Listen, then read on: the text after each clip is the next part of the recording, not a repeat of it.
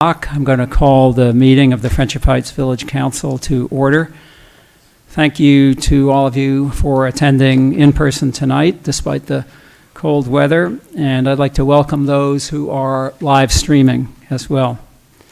Copies of tonight's agenda, the sign-up sheet for the public comment period on the agenda, and the rules governing the public comment period are on the table to your left in the front of the room. If you wish to make a comment later during the public comment period, please be certain to have signed up and read the rules for that item. For the benefit of those who are sight challenged who may be live streaming, starting on my left, I'll ask council members to introduce themselves so their voices can be recognized.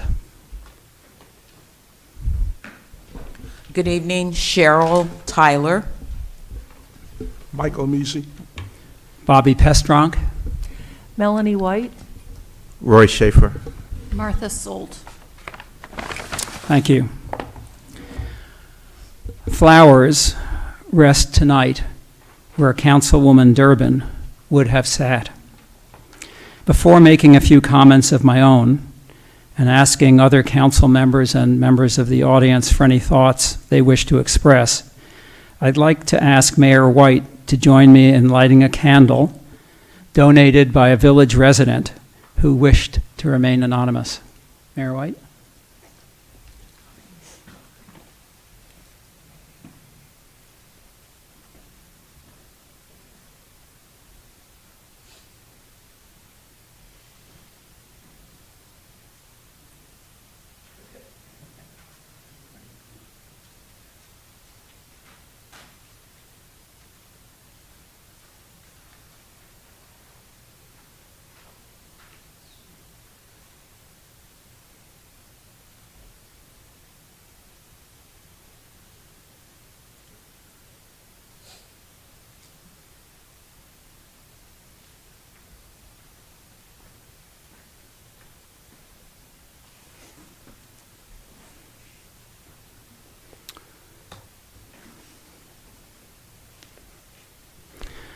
In a long phone call before her death, Paula and I discussed many different topics.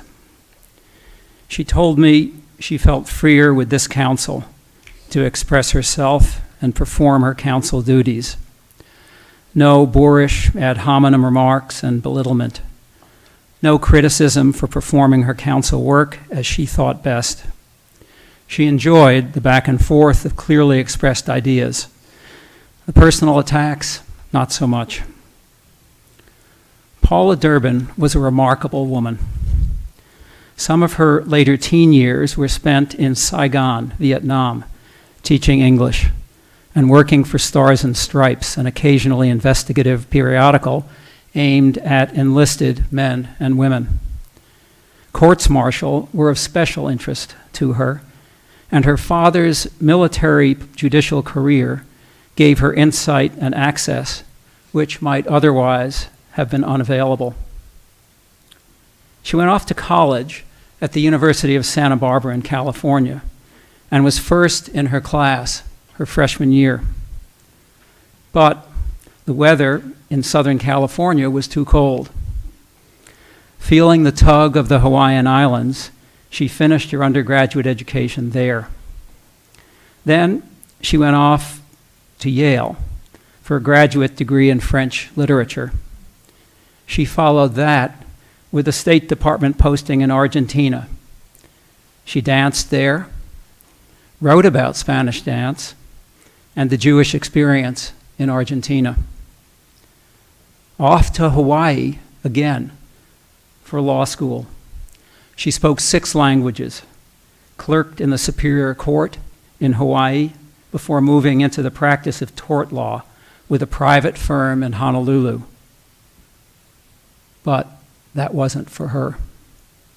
She moved back to the mainland and the Department of State and the United States Information Agency, running the South American Fulbright program.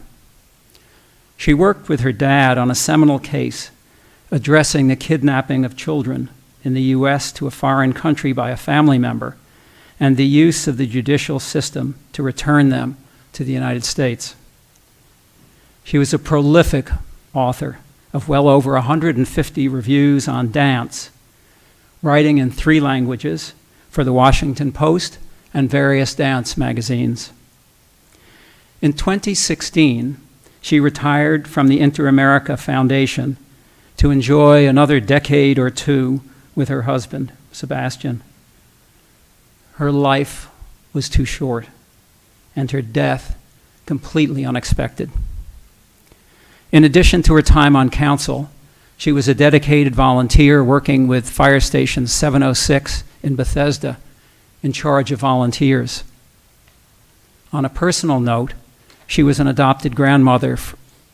She worked and ran Jews for Obama during Obama's first campaign and saw Friendship Heights as her home.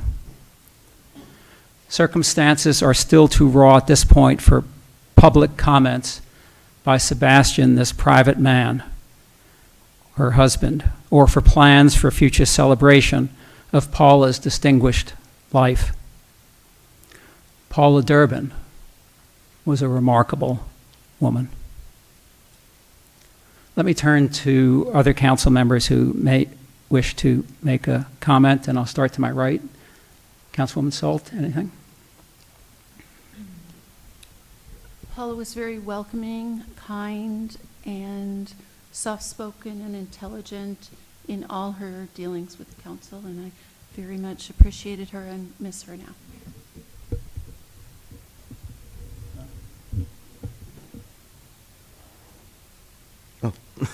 So I remember the first time I met Paula. I had declared as a candidate, and I met her, and it was a village function, and we were on different slates, so I was a little nervous, but she was extremely nice, extremely generous with her time. She answered all of my questions. Sebastian did as well. And it was really like me interviewing her. And then as the campaign went on, I would run into her. There aren't that many places to pass out literature. And then I sort of got to speak to her more and got to know her. And Bobby went into all of that. And I learned some of that about her. And what I liked about her on the council is she always voted how she felt. She would tell you why she was voting a certain way, but it didn't matter to her if it was she was the only one voting the way she did. She would vote her convictions, and I really respected her for that. Mayor White? Paula took her work so seriously, and yet I often felt that she was the first person who would laugh at some of the situations that council members find themselves in. And I always appreciated that quality in her personality. I got to know her quite well during our days at the Maryland Municipal League convention, which we attended probably 3 or 4 times together, I can't remember. And her favorite session at the convention was one on ethics, and they repeated it, and she always wanted to go back to it because she thought it was that excellent a session. And as Chairman Pastrunk pointed out, she did work for the fire department, and I believe she rewrote their bylaws, which was incredibly helpful to them.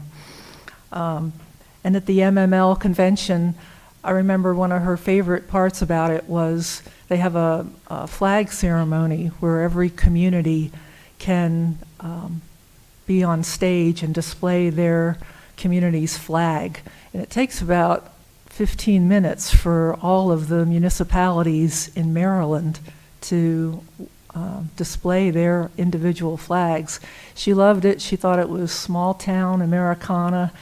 And I always liked that Paula was so gleeful when that flag ceremony took place, because it really is, it's a special part of living in Maryland, and she recognized that. We will certainly miss her in our community, and I hope that the council can move forward with the same care and dedication as she exhibited in her work on the council and as a beloved member of our community. Councilman Mazie? Thank you. Paul and I served together on the village council for 5 years. Paul loved Friendship Heights and took seriously her responsibilities as a council member. Frankly, I don't recall Paula ever missing a meeting, something which I can't say for myself.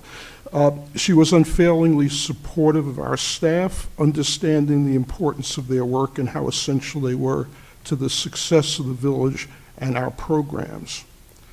On a few occasions, she was subject to harsh and often unwarranted criticism from residents and even council colleagues, but she took it in stride, always responding professionally. To quote Michelle Obama, when they went low, she went high.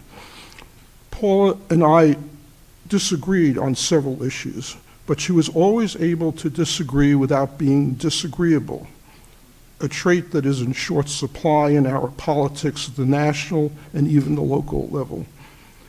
After our meetings, we often walked back to 4620 together, sometimes talking about the meetings, other times about our travel plans, and also about Hawaii, where we both lived years ago, and a place to which she always returned and where she now rests. I will miss Paula.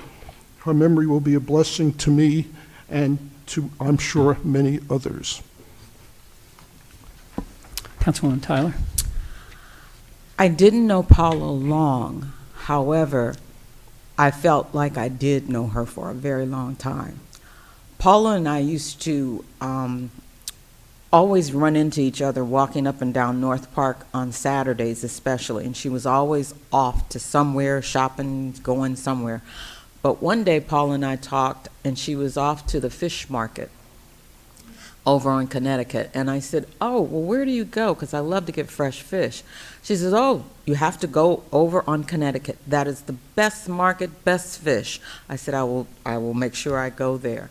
Paula and I talked about recipes. Paula and I talked about Hawaii, because I have friends that live there and also many colleagues that worked in law enforcement there, and Paula was familiar with their offices. I will miss Paula because I spoke to Paula on Saturday while she was at the hospital. I sat next to Paula last month, and we talked about a few things, and they were personal. And she's a very poised, bright, warm, congenial woman. I offered to go and pick Paula up because I could tell she was not really happy with what had transpired in Baltimore. I did not know what, but I asked her, did she need a ride? Because I would go pick her up. And she said, no, I'll talk to you later. When I found out that Sunday, it was very hard for me because our conversation was so fresh. And we talked about her edits, and Paula was a prolific editor in writing. I will remember Paula for who she was and what she exemplified, a very loving, warm, and kind woman. Bobby?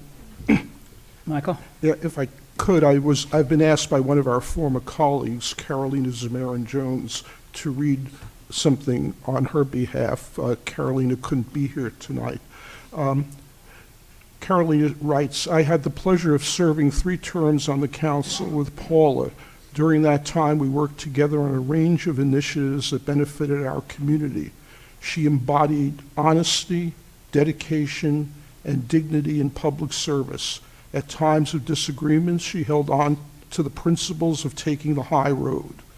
I am especially grateful for her support in the initiative of placing a recognition plaque in Page Park to acknowledge Cleo Tavani's impactful contribution to the creation of the park. I will miss her appreciation for nature's beauty, as well as chatting with her on walks through the village. Before I ask us to observe a moment of silence, I'd like to see whether there is anyone in the audience who would like to make a brief comment about Councilwoman Durbin. Paula, is there anyone? Please identify yourself for the record. Thank you. Thank you, Mr. Chairman. Alfred Muller from the Elizabeth. First of all, I would like to thank the council. That was the most beautiful eulogy and remembrance that I remember in the 50 years that I've lived here. And we've had many council members, both incumbents and past council members, and we've never had, I think, as heartfelt and personal a testimony. So I thank each and every one of you. I knew Paula from the time that she began coming to the council meetings. I was not on the council at that time, and she was the chief defender of Page Park. She decided basically that the council at that time was not doing enough in various ways, and she decided to run with a small group of people, and they were very successful in getting on the council.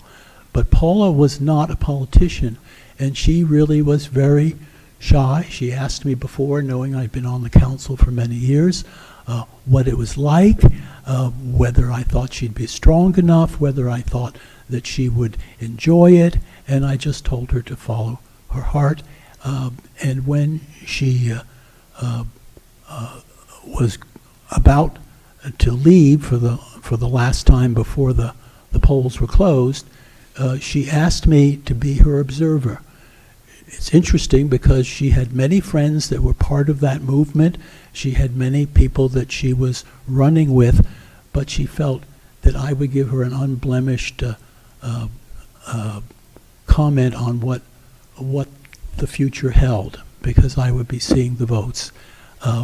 And I remember calling her that first night and say, "Paula, congratulations, you've won." And she was so excited and so at the same time timid, essentially, what do I do now? And I explained to her that she just does what she wants to. The council is made up of different people, and she would, again, follow what she knew best. And she carried that through all the years, as was said. She spoke from the heart. She was genuine. She and I were on eventually the same committee, the famous or infamous Parks Committee, and you know we didn't see eye to eye, but there was no stress, there was no disharmony. She simply stated her views. She was very kind and considerate of those who did not agree with her, and I think it really is a shame that she was not able to finish her long service to the village. She really epitomized what a citizen elected official can do, looking out for the community and not for themselves. Is there anyone else in the audience that would like to speak? Seeing no one else, let's pause for a minute to reflect on an excellent life lived and to draw whatever lessons for change in our own lives we would wish to make, having learned more about Paula's.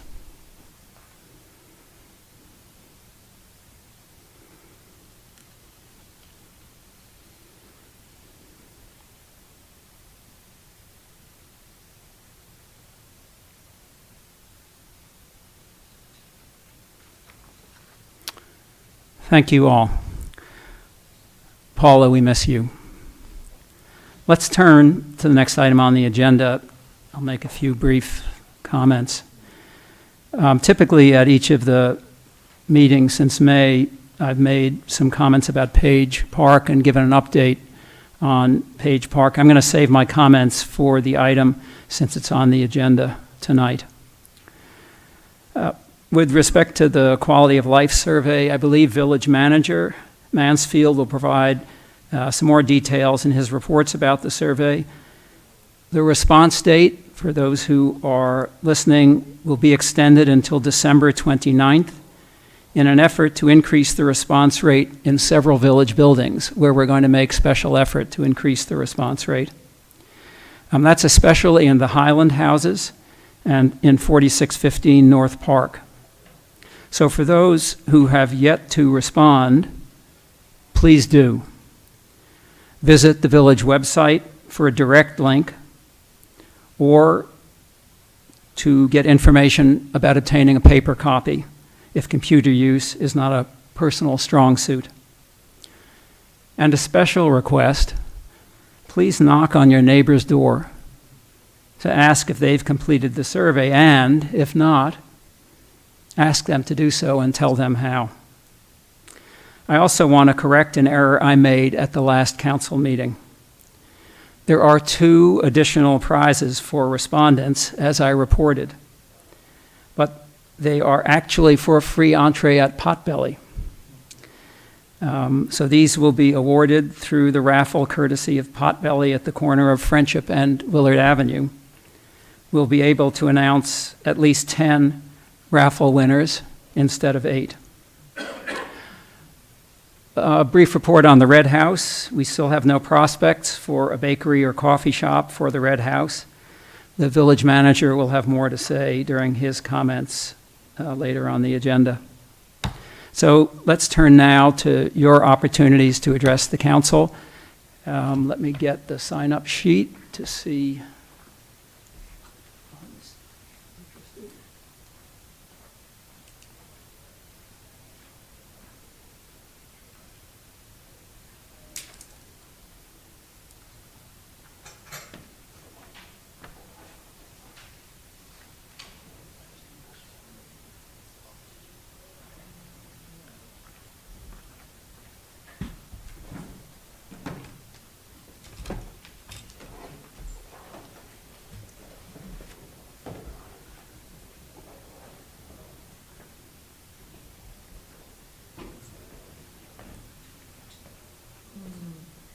I'm sorry, the candle is too close to the Yes. flowers. Okay, thanks.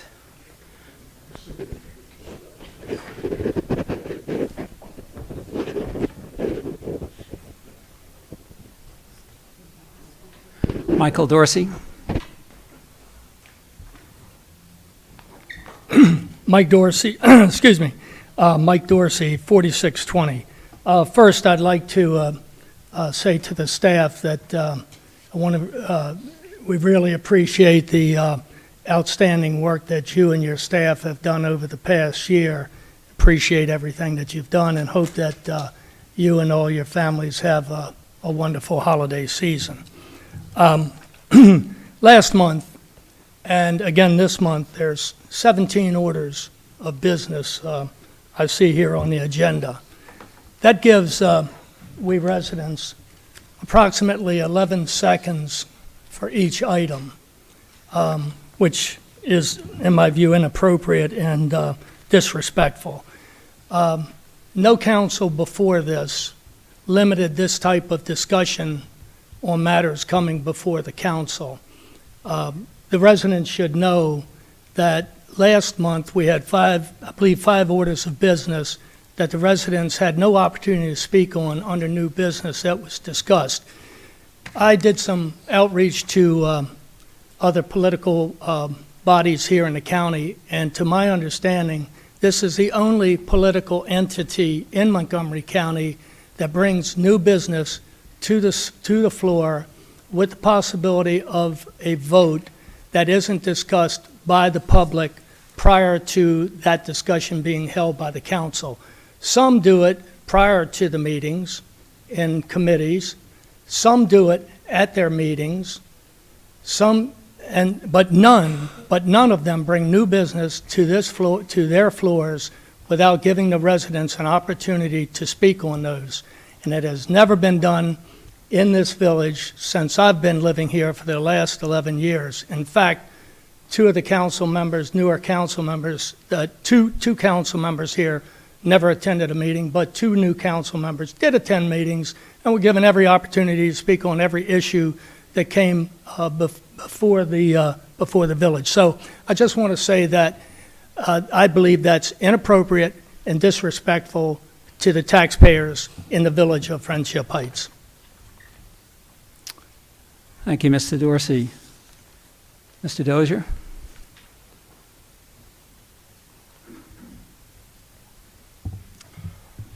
Dan Dozier from the Carlton, and this may be moot because I see it's on the agenda today, a discussion about Page Park, but my questions that I would love to have an answer from the council are, number one, when is the council going to report to the public about the results and even the evolving results, which are public and posted on the county website, about the permit inspection and what's going on there? And number two, when is the council going to create a written report describing from the beginning to the end the sad story of the council and the village's behavior in the Page Park matter? We all screw up, every single one of us. It's human. So the question is, what do we do when we make a mistake? And it seems to me that an important thing to do is to think about it and talk about it and hold it up to the light. There's something in the government called an after-action report. And that's a discipline that is done to review what happened and what worked and what did not work. And I asked the council to do that in connection with this matter, which I think would elucidate and show a lot of problems that can be fixed. Thank you. Thank you, Mr. Dozier. Is there anyone else who wished to speak? If not, we'll move on to comments from the council, and let me see whether there is anyone who'd like to make a comment. Okay, seeing none, on to Mayor White for your announcements. Thank you. On behalf of the Village Council, our best wishes to all residents for a very happy and healthy holiday season. We will soon be sending out a special thank you and holiday treat to all the volunteers who have assisted us throughout the year. Finally, the Heights Food Hall has just opened this evening in the space above Whole Foods that was formerly occupied by Anthropology and P.F. Chang's. The Heights consists of 8 food stalls plus 1 full-service restaurant. And there is one addition to the agenda this evening regarding the chairmanship of the Parks Committee, which I will address later. We can put that under the committee Yes. reports? Okay. Yes.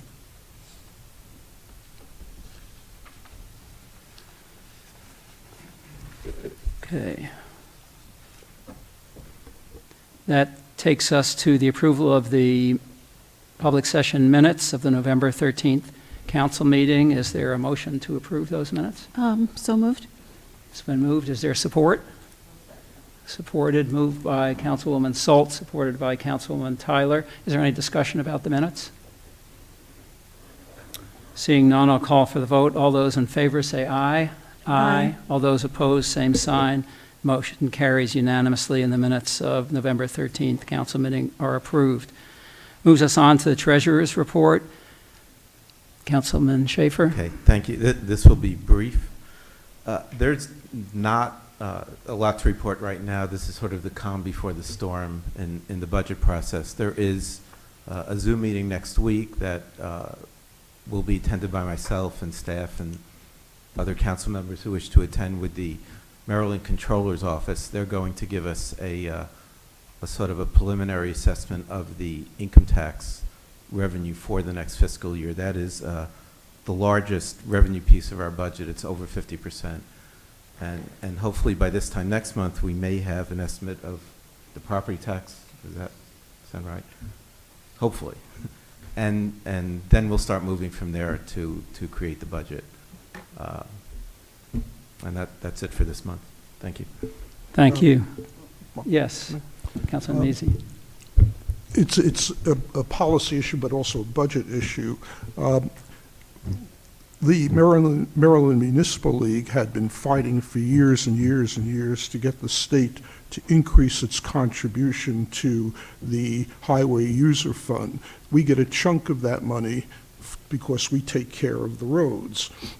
And last year, after many years, we prevailed and got legislation that would increase significantly those dollars, which Julian and our budget people were factoring in. The governor has announced just a few days ago that he's going to be embargoing those funds, or at least cutting those funds back to where they were previously, or at least for the time being, to deal with the budget crisis. The Maryland Municipal League is going to be resisting that. It will require legislation, so I just wanted the council to be aware that this is an issue that will have not as huge an impact on our budget as we'll have on certainly large municipalities, but will have some budgetary impact on us should the governor's plan go through. The gas and highway line in the budget, it's 85,000, which is a little bit more than 3%. So I'm not sure if that reflects the higher amount or will be cut, but it's not a huge budget item at this point. Julian? Village Yeah, Manager the Mansfield. gas, I believe the gas highway estimate we received is going to go up, but that's before this news. So I think we were planning to put in an increase, but now we may need to be a little more cautious with that.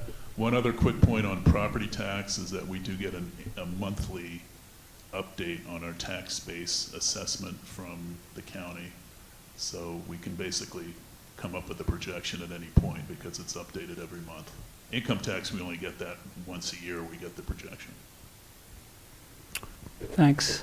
Any other questions or comments on the treasurer's report? Seeing none, we'll move on to the village manager's report. Village Manager Mansfield.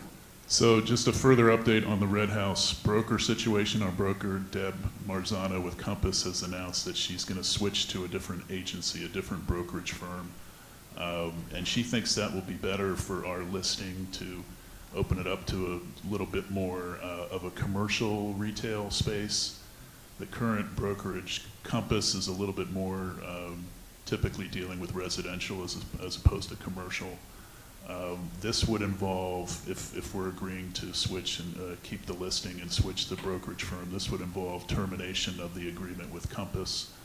And there is a clause in the termination in the agreement where we'd be liable for up to $500 of marketing expenses, but she has indicated that she will waive that. We got confirmation by email just today on that point.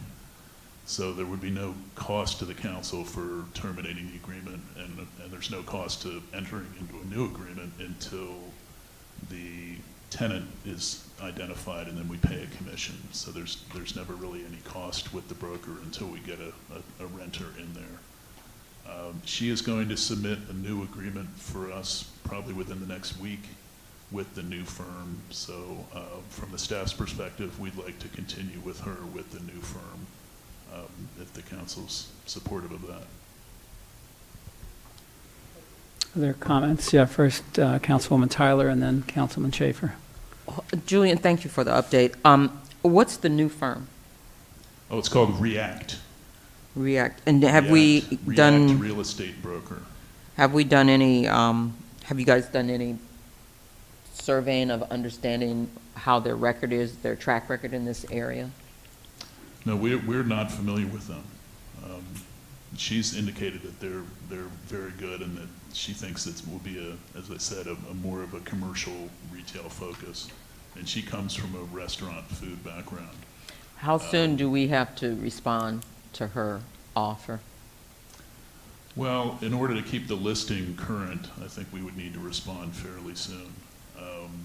I should also add that since there's been not much attention on the prospective tenants, and there hasn't been a lot of folks coming forward to want to do this, we may get to the point where we need to look at alternative uses that we would look for, not just the main use we've been looking for is bakery, cafe, which was the #1 response on the survey. But we would probably need to look at either other food uses or other uses completely once we get to that point, and that's up to all of us collectively when we feel we're at that point. But she's indicating that that may be in the near future, that we would like possibly look at other uses that we'd like to see there. I asked the question about the company because, yeah, I agree, we shouldn't pigeonhole ourselves, and it seems like that's what we've done with the direction of what kind of client we'd like. I'm more concerned right now of another company and her as well, but more so that we're just going to this other company because we've been with her. And that's why I asked, how long do we have to review her contract and go over it? If none of, I mean, I think it's worth us to know about this company and then possibly think of who, maybe somebody else that might be able to do a job also, but that's just my thoughts. Yeah, and we can find out from her in terms of timelines once we get the agreement, because it should be coming soon. Okay. Councilman Schaefer? Would this be the same agreement, that an agreement we could cancel, an agreement that would be for a term of a year? It should be. That's pretty standard, that there's no money involved until a tenant is signed and the commission is paid and either side can terminate. That's a pretty standard setup. Okay, so the agreement would be the same, just with a new broker? Okay. Don't know. It's a new company. Councilwoman Salt? Excuse me, the flowers are bothering me a little bit, so I'm losing my voice. Not that they're not beautiful and deserved here. Doesn't the contract last into March, and wouldn't Compass provide another agent to fill the responsibilities of the contract? So I'm having a hard time understanding why something has to be decided in a week or so. If we want to continue with her, we would need to decide on the new agreement with her new firm. If we wanted to stay with Compass, yes, we would presumably have somebody else for the next 3 months, a little less than 3 months, and then that agreement terminates. But isn't she going to be at the new firm in 3 months? She's not going away, right? And have we established that that she's performing? We haven't had any success here, so I'm just wondering why we want to. She's about to go to the new firm. It's imminent, within about a week or so. Yeah. So she would carry the listing forward, so we would not lose any time. She was the one referred to us when we connected with Compass. They referred us to her within Compass and said she's the main person that deals with restaurants and food uses. That's sort of our top broker in that area. So if we do not want her, we want to stay with Compass, I'm not sure who we would have. I'm just suggesting. They are primarily residential firm. Yeah, that we question all these pieces of this to hopefully have some success to lease the space. Councilwoman Tyler? I think if we can go back and make sure we do some homework on who React is and see what their track record is, to do a comparison with Compass. Compass has been around a long time, and Compass does do commercial and residential. I have not heard of React, but that doesn't mean anything, but I haven't heard of React either. There are a lot of new real estate companies popping up constantly. But I think it would behoove us to understand their track record and to look at the verbiage and wording of the contract that comes to us from them, because every company is different. Even though, as Roy asked, would that be the same? We can't say it's going to be the same because we don't know what this company has. So I think that would be a good step first to see that. So it sounds as though, to me, there might be 2 steps, which is to obtain additional information about React that the council could consider either on its own or with Deb Marzano when she moves over there. And secondly, to speak with Compass to find out who they might assign to work on it, since we still have an agreement with them, and then perhaps to bring that information back to council. Councilman Measy? That That seems reasonable, but when Deb goes in a week, I take it, the listing will still stay live with Compass, and presumably if somebody is interested, they'll be able to contact Compass, and Compass will have somebody else assigned to it while we're in our review process. Presumably, yes. I'm not sure who that person would be because they referred us to her when Yeah. we connected with them, but presumably there would be somebody else that would then Yeah, kind I of mean- carry it temporarily if we're looking to change, but. I mean, it's fine with me Yeah. to do this, looking at other options, but I don't want us to be unrepresented at any point. I'm not sure that people necessarily come streaming through the door, but, we don't want to be without representation here. Anything else on this issue of the Red House?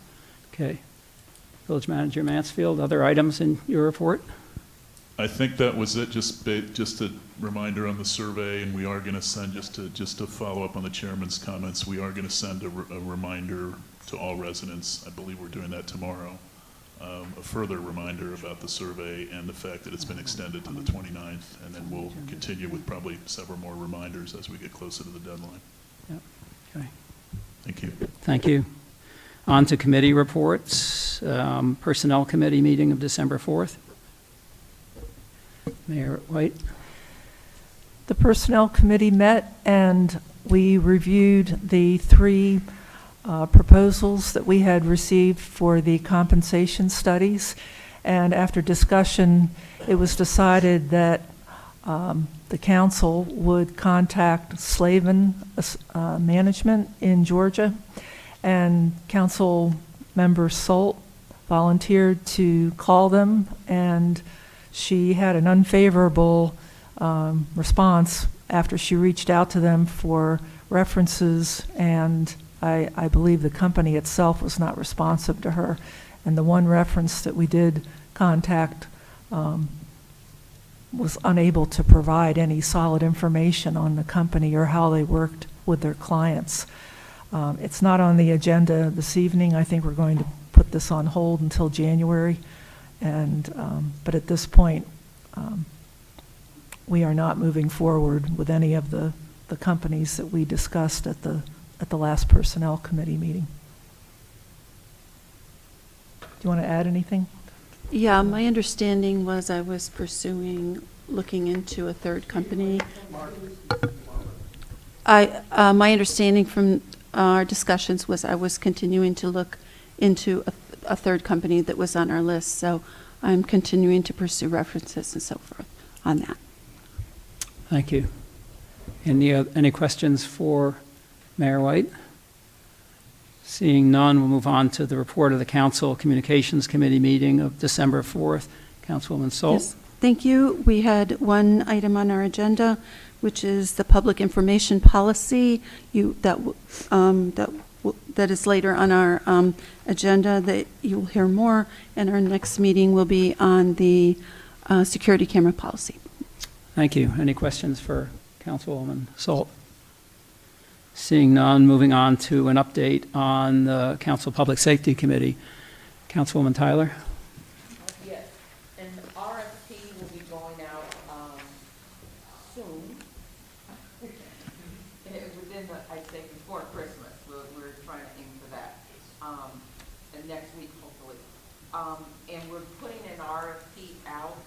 Julian and Jason and I sat and talked and looked at all of the pictures for 16 intersections that are in the entire village. And those intersections each have that one stripe or strip that everybody's familiar with. And we're looking to get price quotes for painting and repairing of any of them. The paint has not been updated for a good 12, 15 years. So we do need to do that because the reflector's not as bright as it could be. We also did trim the trees around the flashing crosswalk sign out here, which now you can see the sign and see the flickering of that. We are getting price quotes for speed humps. Julian and Jason met with the company that installed the one we have here, and so we're that. So the RFP will go out, and we hope to have that back.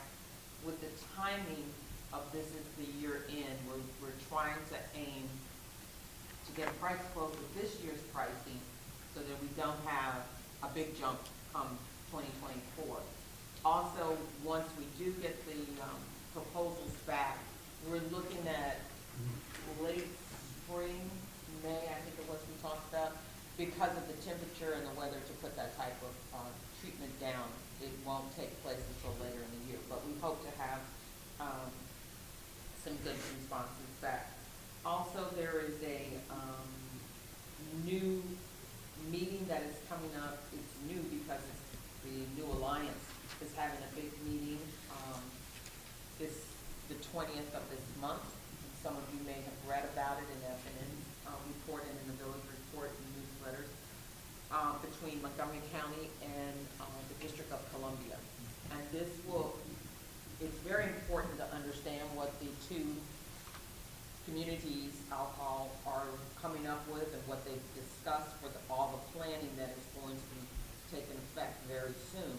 So this is an important first step in a meeting. I will be there as well as Jason's son, Julian's son, Jason, Julian, and I will be there to find out what's being put in place and what's going on for safety and security. There are a lot of issues that are taking place quickly in the area of development around here. And Julie and I talked about it earlier today, even though it's not in our community, it doesn't hit in Friendship Heights. There was a robbery at Amazon Fresh. I'm sure many of you are aware of that. So again, we have to think about the future, and we have to be a little more careful. And everywhere we go, we want to stay safe. We want our residents to stay safe. We want our business to stay here. And there is new information out on the security cameras, which we were talking about before at last month's meeting. I will be meeting along with Julian and Jason. We'll be meeting with Captain Copinos on the new information that's out on the cameras to see if we can apply for the business grant to be able to put the cameras on the business section in the village. And so we're busy, but it's taking a little time, and we hope that you continue to stay safe, especially during the holidays. That's it. Thank you. Any questions for Councilwoman Salt? The meeting on the 20th, is that open to the public? I believe it is. Okay. I believe it is open to the public, yes. It's at 2 o'clock. It is. You do have to register for it, but it's free and it's open. But And is that on our website if someone wanted to attend? I sent to the council the notice about it, but I can send it again. No, I mean, if a member of the public wanted to go? It's in FHNN's newsletter, and if you get the News Alliance, you had to sign up to get the Okay. information on the Alliance news. It's in there, but it's at 2 o'clock on the 20th. Would you like to have it added to the village notices? Yeah, I or- just think maybe some residents might be interested, so. Okay. Councilman Schaefer? Yeah, the striping and speed bumps and all of that, do we need county approval, or can we go ahead with that? Jen, you want to add? We can go ahead. Those are our roads. These It's are our these- rights of way. Okay. Yeah. It's all village roads. We're not doing anything on Willard Avenue or Wisconsin. Okay, thank you. Mayor White? Anything? Yes. Okay. Mayor Wright, would you like to go ahead with the recommendation? Sure. The new agenda item, as you probably know, we had a Parks and Grounds Committee, and Paula Durbin was the chairperson of that committee. And I am going to nominate Michael Measy to be the new chairperson. The other council member on the committee currently is Roy Schaefer, and I would make that in the form of a motion. Thank you. Is there support? I'll second. There's been a motion and support to place Michael Measy on the Parks and Grounds Committee. I assume that you've been contacted and are willing to serve? Yes, as a chair, right. Any other comments or questions? Seeing none, I'll call for the vote. All those in favor, say aye. Aye. Aye. All those opposed, same sign. Anybody want to abstain? Or okay. All right. Motion to appoint Councilman Measy as the chair of the Parks and Grounds Committee passes unanimously with one abstention from Councilman Measy. That takes us on to old business, which is an update on the Page Park permit application process. Let me begin with some comments. The county is still reviewing Green Sweep's permit application for Page Park. You'll likely recall that all necessary materials for that application were finally submitted by Green Sweep to the County Department of Permitting Services in early November. There is additional work to do before the park opens, and we do know of some of that work. While we await a formal response from the county, we need first to consolidate the two separate parcels on which Page Park now rests. Our new land use attorney is completing paperwork for that, and at the pleasure of council tonight, will act on the submission of that paperwork. One other requirement through the county planning department is the need for what's called mandatory referral. This is another requirement that remained unfulfilled by the previous council. The village manager and our land use attorney are now developing the paperwork for this review. While mandatory review and its accompanying documentation are necessary steps for the village council to take, county planning's comments and recommendations in response to our materials do not, and I repeat, do not create a new set of requirements for the village. They are simply recommendations. And I repeat, response is voluntary. So we'll wait to see what they have to say. We'll await county planning's review and recommendations. Third, likely, based upon a check on the County Department of Permitting Services website, there will be additional requirements to be met. You'll recall that many different county departments review Green Sweep application, and they are, these other county departments and agencies, reviewing that application. The county is on time with the time they anticipated to complete their review. The village awaits the completion of that process to understand what will be required. We don't want to make any assumptions about what's required. We want to know what the official response from the County Department of Permitting Services is. And once we know what's required, village staff and council will need to consider the requirements and their cost before proceeding. So that's an update on where things stand with Page Park, and let me see whether the village manager and then if other council members wish to add anything to my comments. Village Manager Mansfield? I think that covers it. The issue of the lot consolidation will be on the agenda later, so we can discuss that further. But that's the main issue, that we have information that we can follow up on at this point. Great, thank you. Councilman Measy, and then Councilman Schaefer. I was surprised to hear about the mandatory review, and I made a number of inquiries with members of the county council who would tell you frankly had never heard of mandatory review being applied to a project of this sort. Mandatory review had been used for large projects like building schools or buildings or things of that sort. And then as one looked further into the requirements, the term mandatory couldn't be explained to me, because as you read the thing, they say nothing that they say is required, that you're not required to do anything that they suggest. So the mandatory seems to be I mean, I hate to be cynical about things like this, but it seems to be a paperwork excuse because it's giving some people in planning something to do for a while, and then they give you some responses, and you can say, that's nice, we're not going to do that, or, gee, that's interesting, maybe we'll do that. So it's, you know, we need to do it, our attorney says we need to do it, so we'll do it, but it's a strange sort of thing to require, as opposed to the permit process, which certainly was something that should have been done. Councilman Schaefer? Yeah, just to expand a little bit more, and the Montgomery County permit site is public, so anyone can visit it. In the detail, there are 18 line items of things that review, and as of today, of the 18, 5 were waived, which I assume means they're not applicable.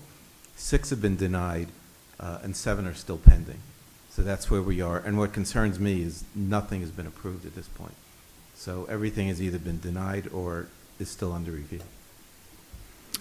Other comments?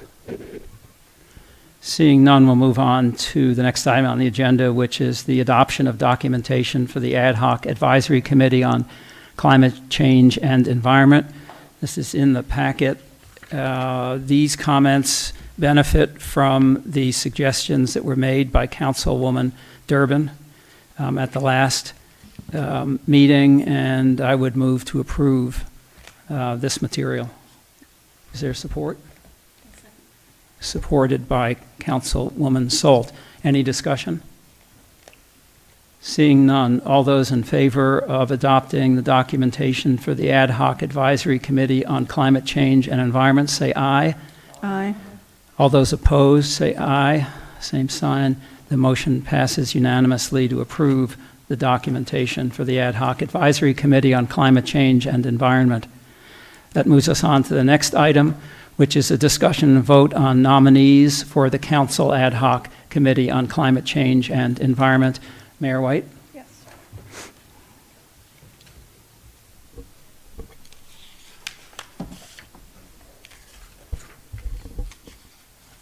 We received applications, letters of interest, resumes from 6 residents, and I would like to nominate these residents for membership on the Council Ad Hoc Committee on Climate Change and Environment. The residents are Sonia Starnes, Philip Liu, Patricia Canessa, Lenny Berliner, Joyce Mushaben, and we also received a letter of interest and resume from Alicia Bynum. I would recommend that she be appointed provisionally because I don't believe we have confirmed her address as of yet. Is that correct, Julian? Correct. She indicates in her application that she's a resident, but she does not provide her address. And I reached out to her today to get the address, and I haven't heard back. But we just received the application, I believe, over the weekend. Okay. So it would be those 6 individuals and Alicia Bynum provisionally. So there's been a motion to approve these 6 individuals with 1 being provisional for the committee, Ad Hoc Committee on Climate Change and Environment. Is there support for those nominations?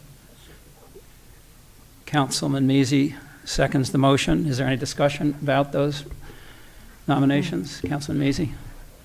I simply want to note that I was very impressed with the backgrounds of these residents. We've been told many times that we have very talented people living in Friendship Heights, and I know that to be a fact. But the vast experience of so many of these folks, these people who've applied, was really quite striking. And so I'm pleased that we're getting these people involved in the village, who have, none of them, to my knowledge, have been involved previously in what the village is doing. So I think that's a very good thing, and hope for the best in regard to this committee. Thank you. Other comments? So we did vote? Yes. Did we take the vote? We have not. No, okay. No. Thank you. So there's been a motion made by Mayor White and seconded by Councilman Measy to nominate with 1 provisional nominee the 6 members to the committee. All those in favor, say aye. Aye. All those opposed, same sign. The motion carries unanimously. Brings us to the next item on the agenda, which is a discussion vote on additional documentation for the Council Ad Hoc Committee on Development. That's in your packet. This benefits from comments from committee members as well as others since the last meeting, and I'd move to adopt this material. Is there support? Councilwoman Tyler supports. Any discussion? Seeing none, all those in favor say aye. All those opposed, the same sign. The motion carries unanimously. The next item on the old business agenda is a discussion and vote on the proposal from Securitas to provide a pay increase for contracted security guard for the purposes of discussion. Let me first see Village Manager Mansfield. Do you want to provide any information about this? This is a carryover from last month's council meeting. We have proposals from Securitas to provide a pay increase to their contracted security guard, Monica Milton, and I emphasize she's not a village employee, she's a contractor, to provide her a pay increase, which would be effective January 1st. Councilman Schaefer requested some clarification on the holiday pay rate, which we subsequently confirmed with the contractor. The pay rate for Monica to not have to work holidays, we would still be billed to provide her her own holiday pay. Councilman Schaefer subsequently requested that we try to find out if we can reduce that billing rate, and they have agreed to reduce the billing rate to $23.50 per hour if Monica is paid $20 an hour. So if the council approves this increase tonight to $20 an hour for her pay rate, the billing rate on holidays that she does not work would be $23.50 an hour, which is basically her salary plus the payroll taxes and insurance that they have to cover for that.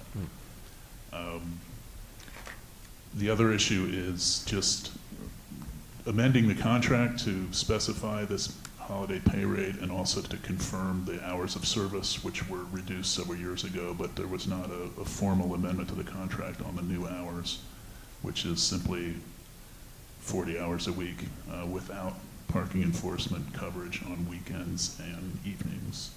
So we would recommend approval of the pay increase for Monica currently, and then we can amend the contract to clarify, incorporate the pay increase, the clarification on the holiday bill rate, and the hours of service.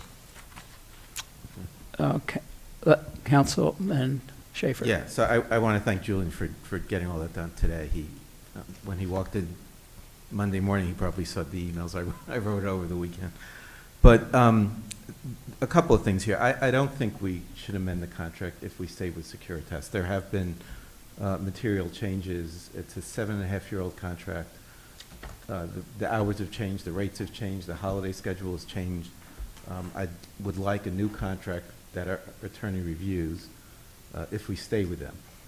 There's a separate issue, which is, do we stay with them?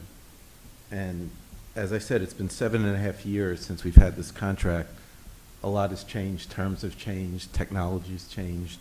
I think we should see what's out there. And at the $20 rate for Monica, the Securitas proposal is 17% more than what we're paying now. So year over year, it's 17%. So I have two motions, if you want me. Sure, I recognize you for your motion. Thank you. So the first, regarding the contract, would be to, and we can continue the Securitas contract month to month.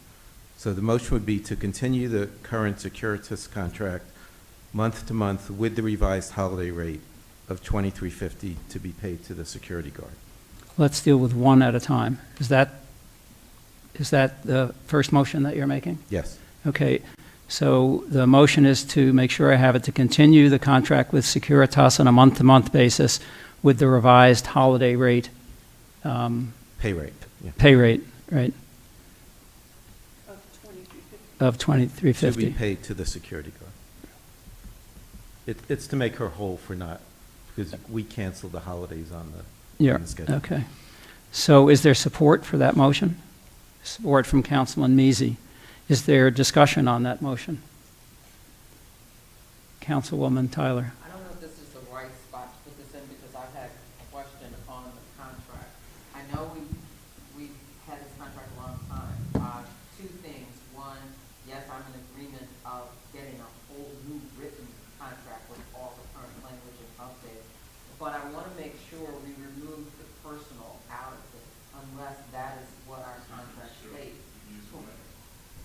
Unless that's what our contract states, is that Monica is the person assigned here, because we can get caught up in making recommendations based on the individual when we really should be making recommendations on the contract, unless I am wrong, that we have requested this person and this particular person will always be with us.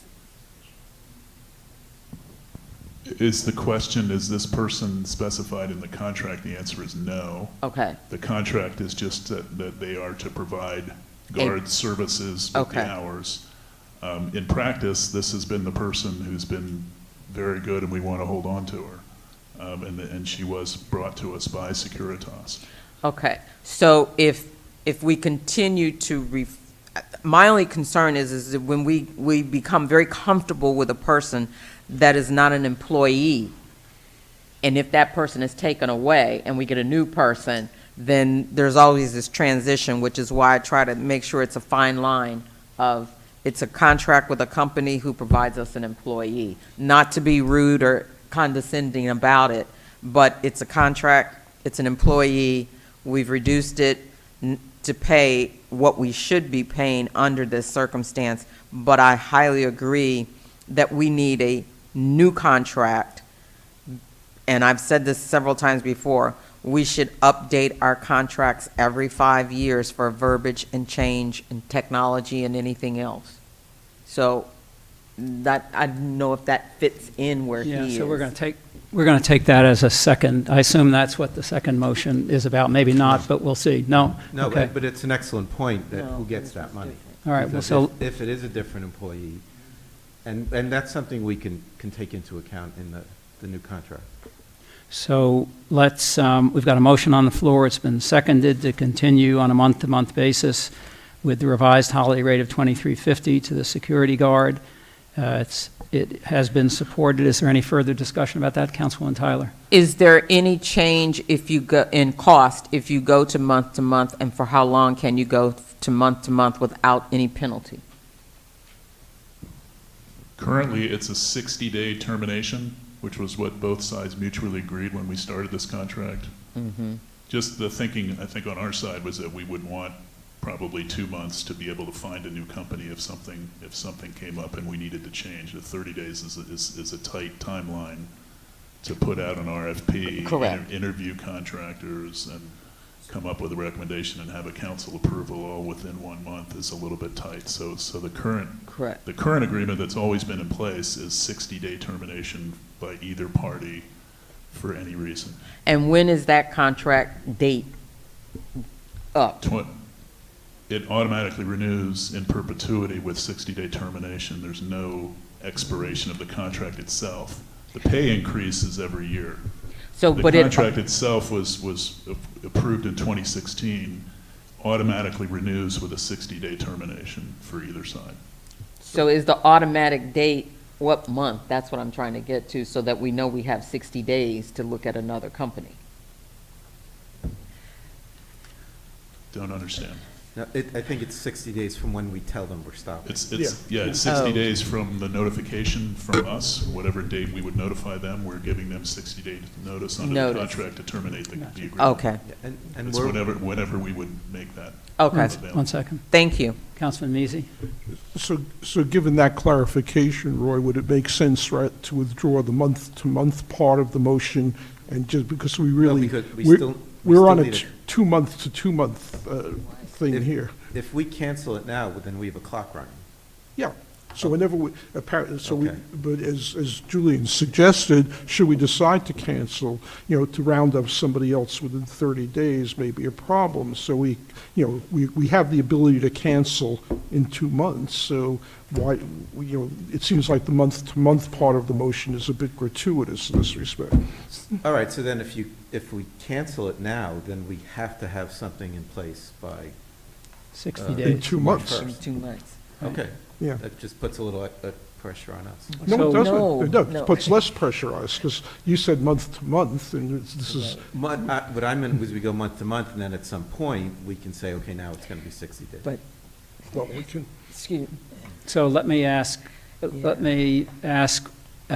there is a need for further clarification on the motion or to change the motion, and that sounds like Councilwoman Tyler would like to speak to that issue. I would cancel this motion, Okay. because that's the reason I asked the questions for explicitity, to understand. And it appears, and correct me, as Measy just figured, Councilmember Measy just realized what I was asking, is that there is no need for us to make a change on this present contract except the dollar amount. It's the timing.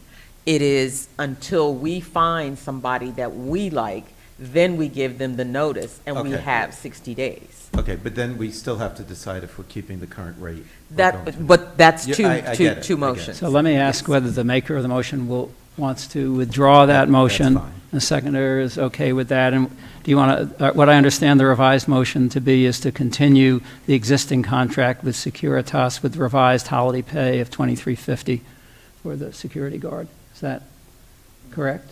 And the second, okay. Is there any further discussion on this item?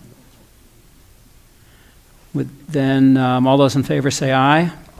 All those opposed, same sign. The motion carries unanimously. That moves us on to new business. Well, I have one more motion. Oh, yes, sorry, go So ahead. the second motion is to issue an RFP for companies to bid on providing parking ticketing services to the village for a term of at least 1 year. Is there support for that motion? There is. Councilwoman Salt supports issuing an RFP to provide services, parking services for at least 1 year. Is there any discussion? Councilwoman Tyler. I'm sorry, because I kind of deal with these kind of contracts a lot. I wouldn't put a time frame on how long you want them for, because you've already cut your nose despite your face with a company who may not even want to bid. I would say, yes, it's important for us to look at other companies to do a cost comparison, but I would not put a definitive of only 1 year of a contract. You're closing the door. I wouldn't bid. You wouldn't bid because it's only 1 year? It's a year. I wouldn't No, bid. I said at least a year. I wouldn't bid, because there's a lot of startup work. And if you tell me I've only got a year for this contract, the first 2 to 3 months is getting stuff in gear and understanding things. So I wouldn't bid if I was the company. Okay. Is there further discussion? Councilwoman Salt.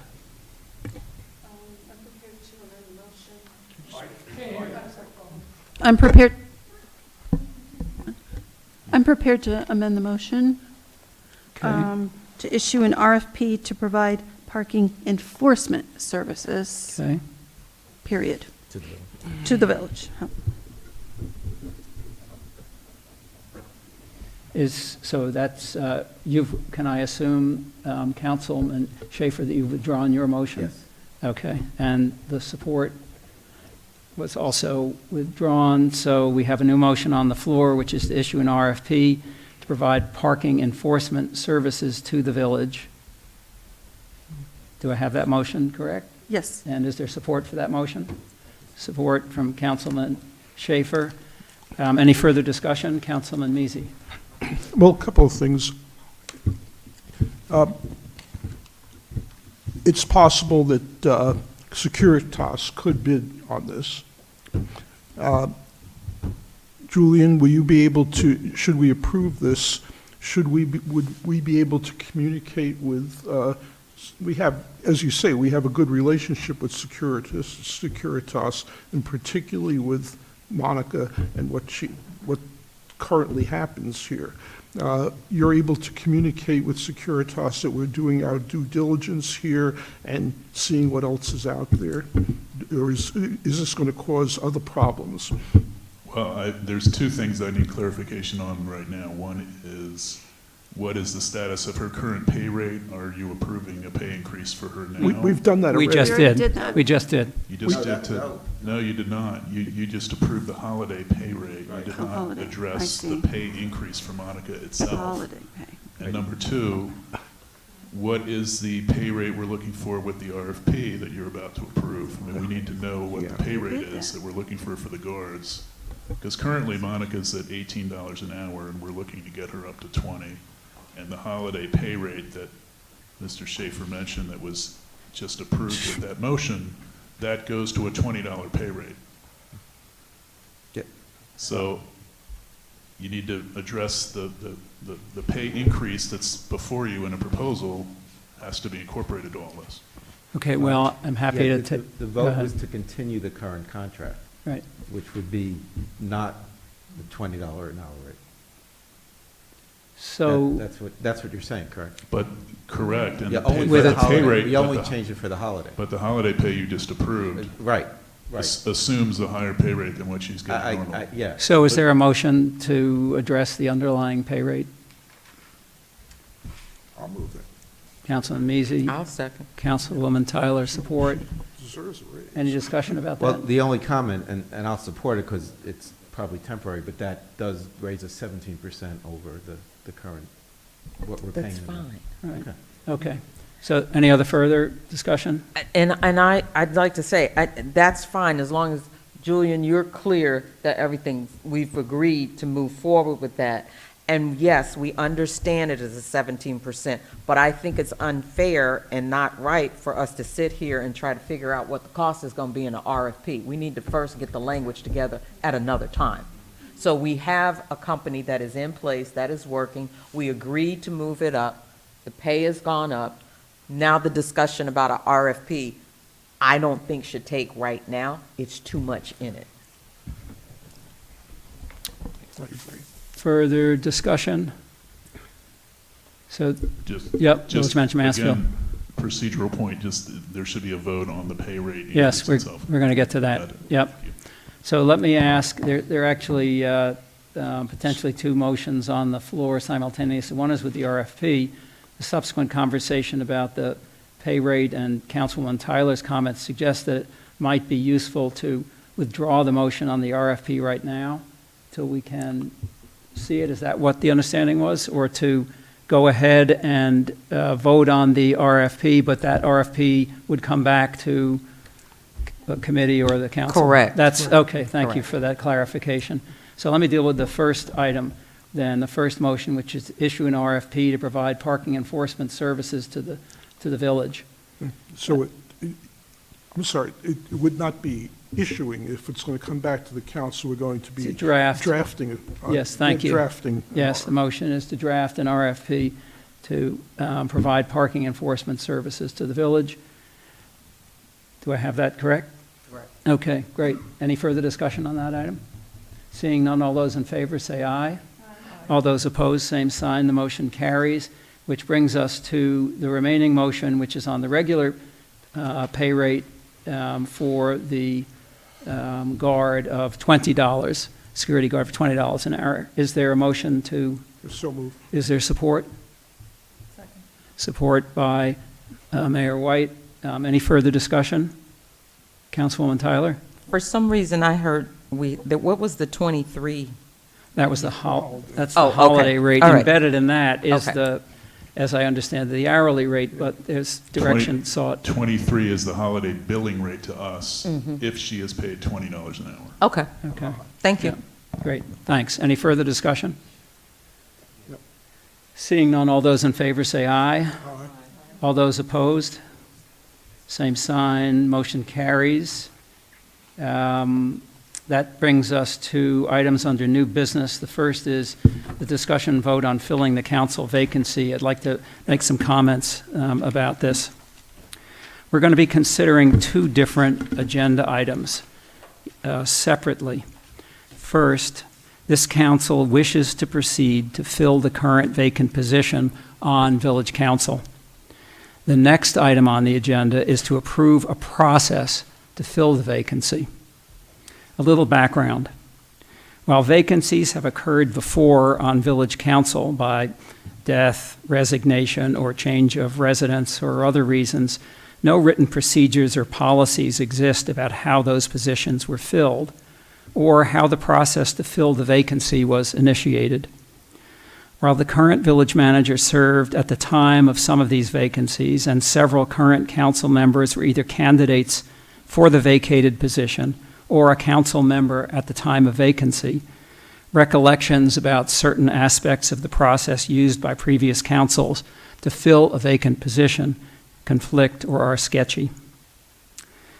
A little guidance then. Guidance about filling a vacancy exists in several places, in the village charter and the village bylaws. The village charter tells us that county council shall fill the vacancy by appointment of a registered and qualified voter of Montgomery County residing in the village, who shall hold the office for the unexpired term. But the village's bylaws provide further guidance, stating the recommendations for filling vacancies shall be made to the county council by majority vote of all incumbent village council members. Our attorney's advice has also been sought, and opinions by the Maryland Open Meetings Act Board have also been reviewed. With this guidance, we're considering first whether the village council will fill the present vacancy. And as the next item on the agenda, council will consider a process to fill the vacancy. The process, if adopted, will apply to this vacancy only. The process does not bind this council or future councils to any subsequent process to fill any forthcoming vacancy, should there be one. So, for the purposes of discussion and action, let me see first if there's a motion and support to fill the present vacancy on council. So moved. So moved by Councilwoman Sultan, supported by Councilman Measy, to fill the present vacancy on council. Is there any discussion about this? Seeing none, all in favor say aye. Aye. All opposed, same sign. The motion carries to fill the vacancy. With respect to the process, the council's decisions about the process it will use to fill the vacancy and its final decision about whom to recommend to county council are legislative and must therefore be conducted in an open meeting. With the vote council has just taken, we've completed the first open meeting requirement.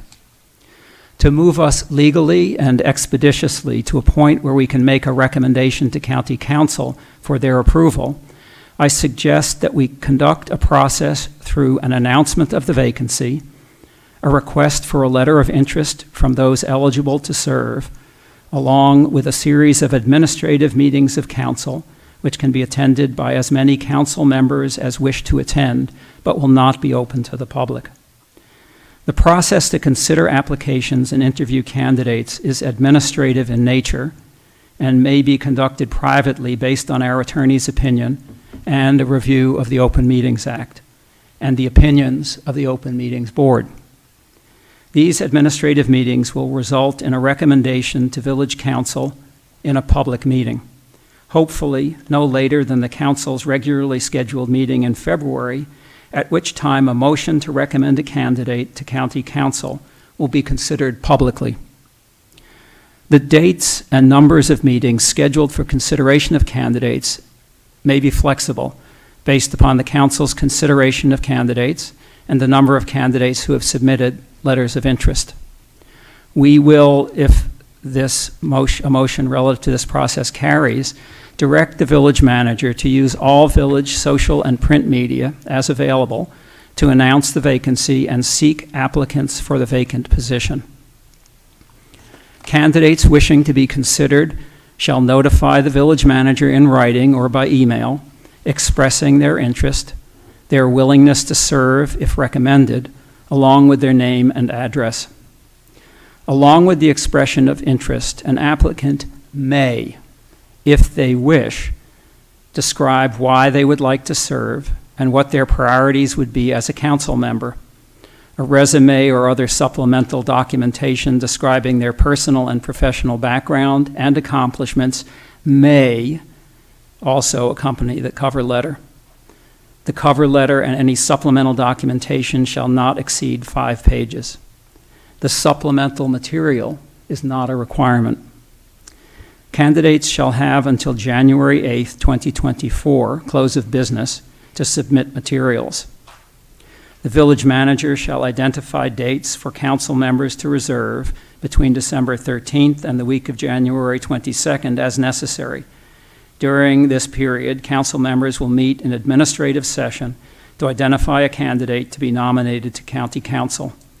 The number and timing of these meetings will depend in part on the number of people expressing their interest in candidacy and the ability of village council members to reach a majority vote on a candidate. If no candidate receives a majority vote, the village council members may, by majority vote, elect to reopen the window for applicants. Once a candidate has been selected by a majority of council members during administrative meetings described, an item addressing the vacant council position will be added to the next village council agenda, or a public meeting scheduled earlier to vote publicly on the nominee. A majority vote of council members shall confirm the nominee. The council chairman shall notify the county council about the nomination and ask that the recommendation be placed on the county council's consent agenda as soon as possible. Upon approval by county council, the candidate shall travel to Rockville to be sworn in and sign the appropriate documents. The new council member will be introduced at the earliest public meeting of council. For the purposes of discussion and action, should the council choose, let me see if there's a motion and a second to approve this process. If so, I'll recognize council members for comments and then call for a vote. Are there comments? Councilman Schaefer. Yeah, I think you covered it, but I just want to make sure we don't have to wait until the February meeting to have a final vote. I did cover that, and that is Yeah, correct. okay, all right, thank you. Other comments or questions? Seeing none, I'll make the motion to approve the process. And is there support to approve it? Councilwoman Tyler, any further discussion? All those in favor say aye.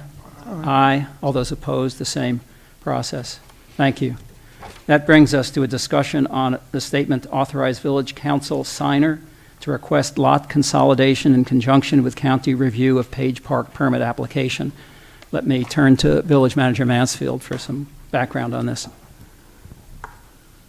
This is a tangible result of the zoning review, which was part of the Page Park permit application process. We did receive comments through the contractor forwarded to us that because the park consists of multiple lots, because it was originally 2 houses way back when, before it was turned into a park, and because the pergola structure crosses the property line, that the zoning reviewer for the county, as part of this permit application, indicated that the lots would have to be consolidated into one because the structure itself is not allowed to cross property lines.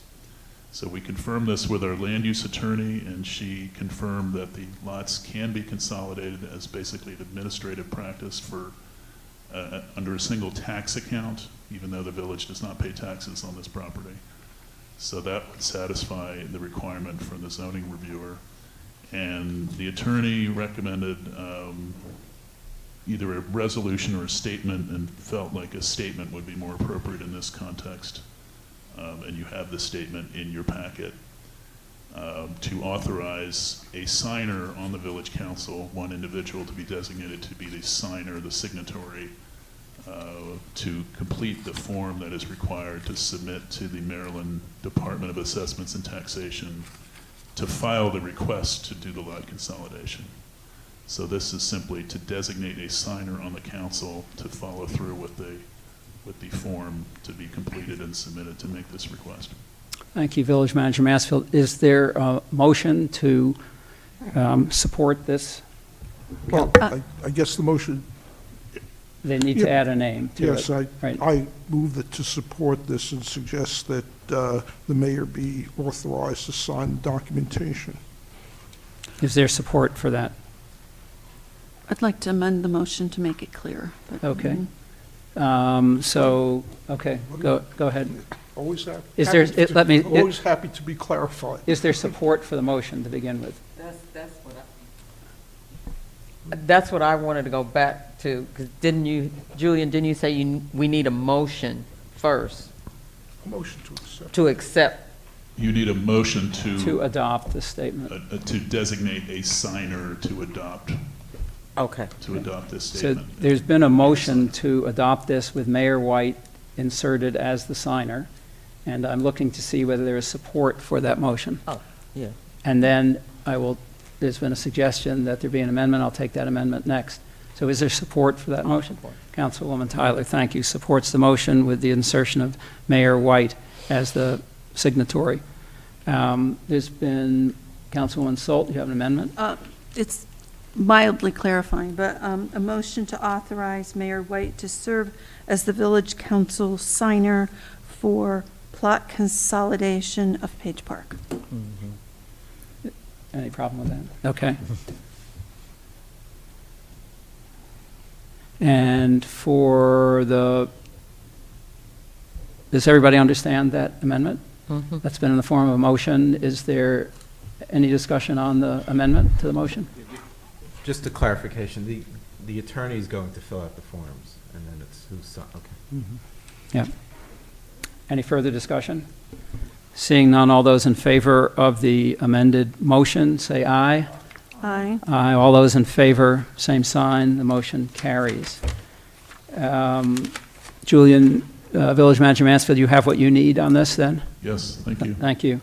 So that moves us on to the next item, which is discussion vote on revision of policy on the Public Information Act. Let me turn to Councilwoman Solt for this. Thank you.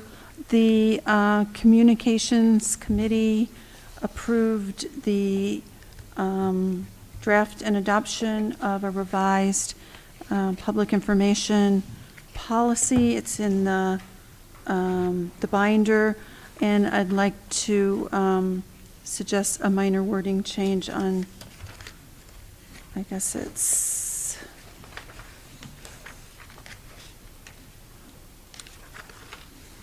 .07A, changing the word the term contact information to name and address. And this is the Attorney General's model regulations that are recommended for all Maryland municipalities with one minor edit. Councilwoman Solt, is that in the form of a motion to adopt this with the one minor With it, change? Is there support for that motion? Councilwoman Tyler, is there further discussion, any discussion about this? Yes. Okay, Councilman Easy. Just clarification, this is labeled a revision of our current policy. Is the current policy here somewhere in all these pages, or is it not? It's really a replacement. It's a replacement. Placement, yes. Should the motion be changed? Well, I'm less concerned about that. I mean, obviously, I am familiar with the regulations, and, we've had lots of discussion at the legislative committee about these things, and in some municipalities, they have to hire people especially to deal with these public information requests because they're copious, but obviously we need to follow the law. I'd like to see what our current policy is. I haven't, it seems when you're replacing something with a new policy, you should have the old policy here so that we can see what we're replacing. Apologies, it's a 2.5-page policy. I don't have it with me right now. Julian, by any chance, do you have it? It's posted on our website currently, but no, I don't have it included here. The Communications Committee wanted to essentially replace it. Well,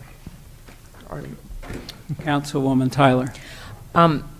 It brings up, I would say this, if it's not a revision and it is a replacement, then I would suggest that, I too agree, when we're making a complete change, you should have, no matter how, if it's one page or two, we should have the original side so that we could see and what is highlighted differently. So with that, I put a motion on the floor that we table this until we get the present one so that we have it side by side to review it, since it is a replacement and not a revision. So why don't we reconsider this at the January meeting? And Councilwoman Salt, will you withdraw your motion to? I withdraw the motion, and this is not time for this. Great, okay. So is there any further discussion about this replacement policy? Seeing none, we're at the end of our agenda. I would simply like to say, first of all, Chairman, I have something else. okay, go ahead. I think we need a little wording clarification on the Parks Committee.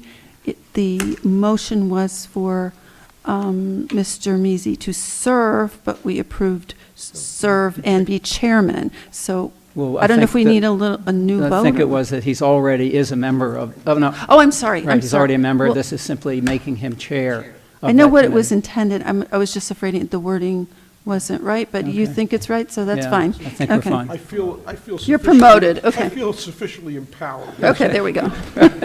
Okay. Here, you may need this at the first meeting. Yeah. So and with that, I'd like to say thank you to staff for a lot of hard work, certainly since May and probably before that as well. We're looking forward, all of us, to working with you for the rest of our terms at a minimum. Second, I'd like to wish you and everyone here and anyone that's listening to the meeting happy holidays, whoever you celebrate the holidays. And if you don't celebrate the holidays in any way, just like to wish you a happy rest of December and a very cold winter for all of us, so that whatever bugs need to get zapped, they get taken care of. Thank you very much. And is there a motion to adjourn? Is there support? All those in favor, aye. Aye. All those same sign. This meeting is concluded at 8:37 p.m. Thank you all very much.